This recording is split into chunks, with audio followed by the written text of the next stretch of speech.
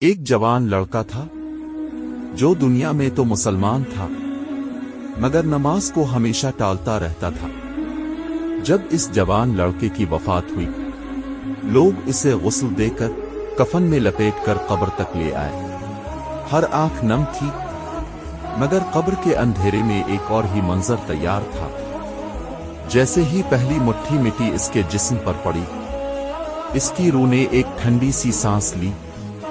قبر نے آہستہ کہا، آفتاب میرے پاس مہمان بن کر آیا ہے، اب دیکھنا ہے تا مجھے روشن کرتا ہے یا میں تجھے اندھیرا دکھاتی ہوں۔ جیسے ہی لوگ واپس موڑ کر چلنے لگے، قبر تنگ ہونے لگی۔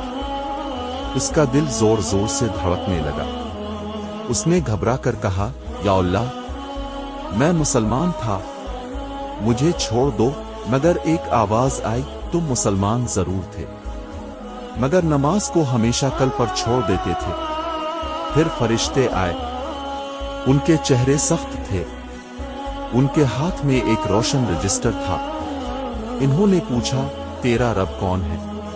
وہ گھبرا گیا، اس کی زبان لڑکھڑا گئی، میرا رب، میرا رب، مگر پورا جواب نہ دے سکا۔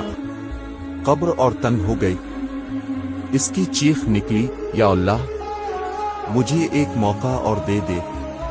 اچانک قبر کے ایک کونے سے ہلکی سی روشنی پھوٹی۔ ایک آواز آئی، جو بندہ اللہ کو یاد رکھتا ہے، اللہ اسے اندھیروں میں بھی روشنی دیتا ہے۔ مگر وہ روشنی اس تک پوری طرح نہ آ سکی۔ قبر نے کہا، اب تیرا حساب شروع ہو چکا ہے۔ اچانک ہوا رک سی گئی۔ اس نے محسوس کیا جیسے پوری دنیا اس سے دور ہوتی جا رہی ہو۔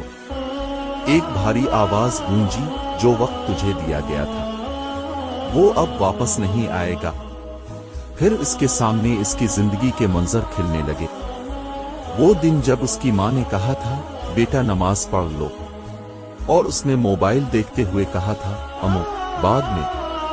وہ جمعہ جب اذان ہوئی اور وہ دوستوں کے ساتھ ہنسی مذاق میں لگا رہا تھا، ایک فرشتہ بولا، یہ تیری زندگی کا وقت تھا۔ دوسرا بولا، یہ تیرا ضائع کیا گیا وقت ہے۔ وہ رو کر بولا، یا اللہ، مجھے ایک سجدہ اور دے دے۔ جواب آیا، اب سجدہ صرف حساب میں ملتا ہے۔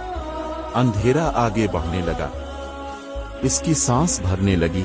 پھر آواز آئی، جو بندہ وقت پر اللہ کو یاد رکھتا ہے، اس کے لیے قبر جنت کا باغ بن جاتی ہے۔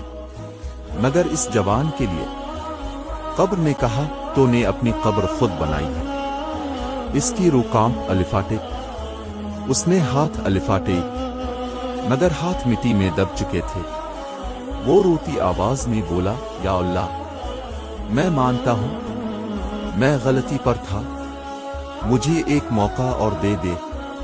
مگر جواب آیا، دنیا میں موقع تھا، یہاں صرف نتیجہ ہے۔ فرشتوں نے اعمال کا رجسٹر بند کیا۔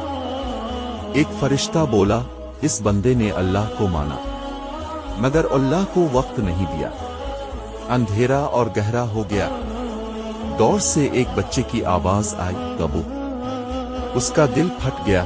وہ چیخ کر بولا، میرے بچوں کو بتا دینا، نماز کو کبھی کل پر نہ چھوڑے۔ مگر اس کی آواز قبر کی دیواروں سے ٹکرا کر واپس آ گئی۔ قبر نے آخری جملہ کہا، جو بندہ دنیا میں اللہ کو بھول جائے، قبر اسے یاد کروا دیتی ہے۔ آخری پیغام، نماز کو زندگی کا سب سے ضروری حصہ بنا لو، ورنہ قبر کا پہلا دن زندگی کا سب سے مشکل دن بن جاتا ہے۔